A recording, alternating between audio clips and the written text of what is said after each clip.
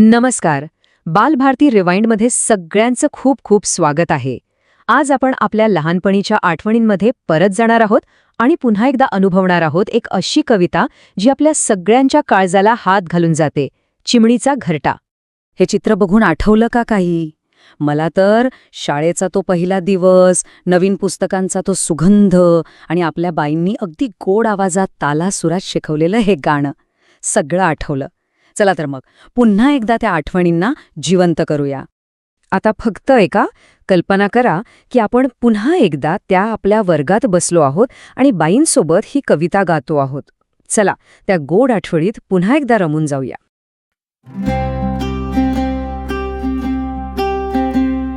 चिम चिम चिम रे, तिकडे तू कोण रे?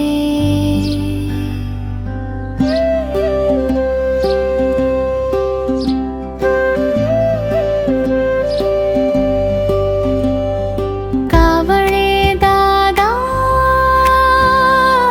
कावळे दादा, माझा घर का नेलास बाबा?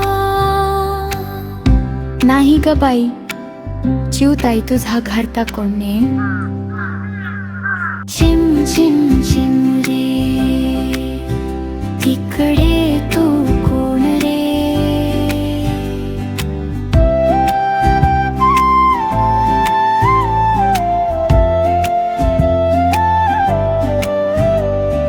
कपिला मावशी, कपिला मावशी, घर ते मोडून तू का जाशी?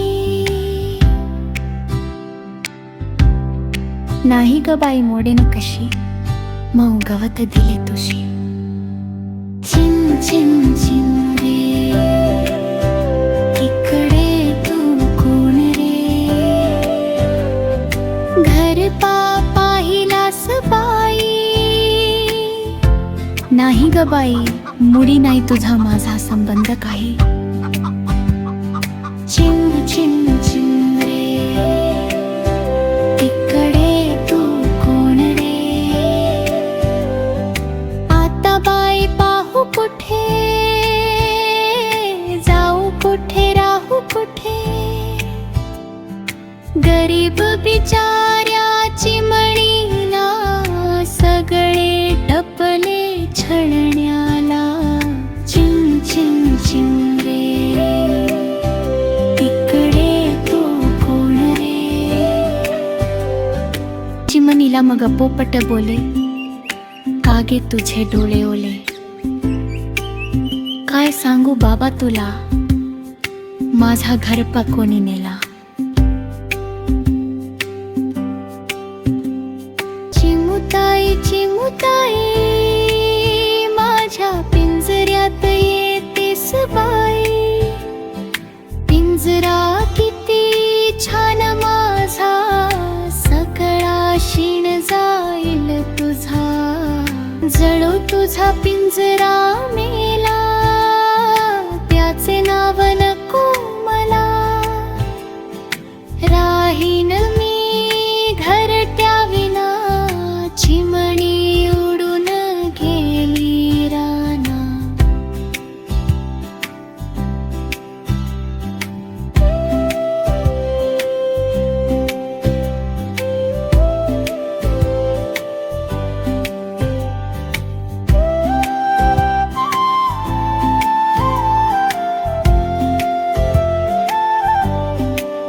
ऐकलं? किती साधी, सोपी पण तितकीच खोल अर्थाची ही कविता, नाही का? चला तर मग आता आपण या कवितेच्या प्रत्येक ओळीत लपलेला जो अर्थ आहे ना, तो जरा जवळून समजून घेऊया. कवितेची सुरुवातच होते बघा एका मोठ्या धक्क्याने. चिमणीचं घर, तिचं सगळं विश्व, तिचं ते काडी काडी जमवून बनवलेलं घरटं अचानक नाहीसं झालंय. आणि या धक्क्यातून सावरत ती मदतीसाठी प्रत्येकाला विचारत सुटलीये. म्हणजे बघा, एका क्षणात तिची सगळी सुरक्षितता, तिची ओळखच जणू काही हिरावून घेतली गेलीय. आणि आता ती एका आधाराच्या शोधात निघालीय. इथूनच खरा संघर्ष सुरू होतो. पण जेव्हा तिला मदतीची सगळ्यात जास्त गरज असते तेव्हा तिला काय मिळतं? काहीच नाही. कावळा, कपिला मावशी आणि कोंबडी ताई सगळेजण हात वर करतात, जणू काय तिच्या दुःखाशी त्यांचा काही घेणं देणंच नाहीये. आणि ह्यातून ना एक खूप मोठा सामाजिक संदेश मिळतो. जेव्हा कुणाला तरी खऱ्या मदतीची गरज असते तेव्हा समाज कसा अनेकदा दुर्लक्ष करतो. प्रत्येकाला वाटतं की काय माझा प्रश्न नाही, आणि ती बिचारी चिमणी ती अगदी एकटी पडते. आणि मग येतो पोपट.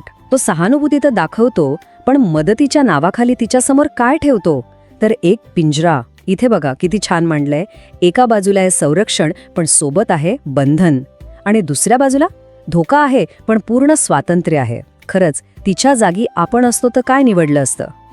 तर मग या दोन पर्यायांमधून आपली चिमणी काय निवडते आणि आपल्याला कोणती मोठी शिकवण देऊन जाते?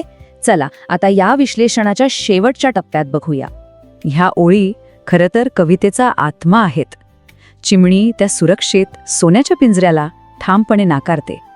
ती म्हणते, मला नकोय तुझा तू पिंजरा, मी घरट्याशिवाय राहीन, संकटात राहीन, पण तुझ्या बंधनात कधीच राहणार नाही.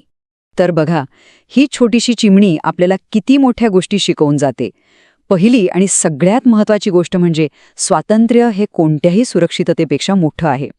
दुसरी गोष्ट, कठीण काळात कुणाच्या चुकीच्या मदतीवर अवलंबून राहण्यापेक्षा स्वतःच्या हिमतीवर उभं राहा, स्वावलंबी बना. आणि तिसरा, जो एक छुपा पण खूप महत्त्वाचा संदेश आहे, जेव्हा कोणी दुःखात असेल तेव्हा त्याच्याकडे पाठ फिरवू नका, त्याला खरी मदत करा. ही तर झाली कवितेची गोष्ट, पण मला खात्री आहे ह्या कवितेशी आपल्या सगळ्यांच्या काहीतरी खास आठवणी नक्कीच जोडलेल्या आहेत. खरं सांगा, ही कविता ऐकताना लहानपण आठवलं ना? शाळेत असताना काय वाटायचं ही कविता ऐकून? आनंद व्हायचा? थोडं हळवं वाटायचं की त्या चिमणीसाठी खूप वाईट वाटायचं? आपली आठवण आणि तेव्हाची भावना कमेंट्समध्ये नक्की सांगा. आणि म्हणूनच चला आपण बालभारती रिवाइंडची एक मेमरी मिशन सुरू करूया. दर आठवड्याला एक जुनी कविता किंवा पाठ आपण पुन्हा ऐकूया, समजूया आणि आपल्या या सुंदर आठवणी एकत्र जपूया. जर आपण या मिशनमध्ये सहभागी होणार असाल तर फक्त कमेंटमध्ये लिहा, मी मेमरी मिशनमध्ये आहे. आजचा हा भाग आवडला असेल तर लाईक आणि शेअर नक्की करा. आणि हो, चॅनलला सबस्क्राईब करायला विसरू नका. चला भेटूया पुढच्या आठवणीसोबत.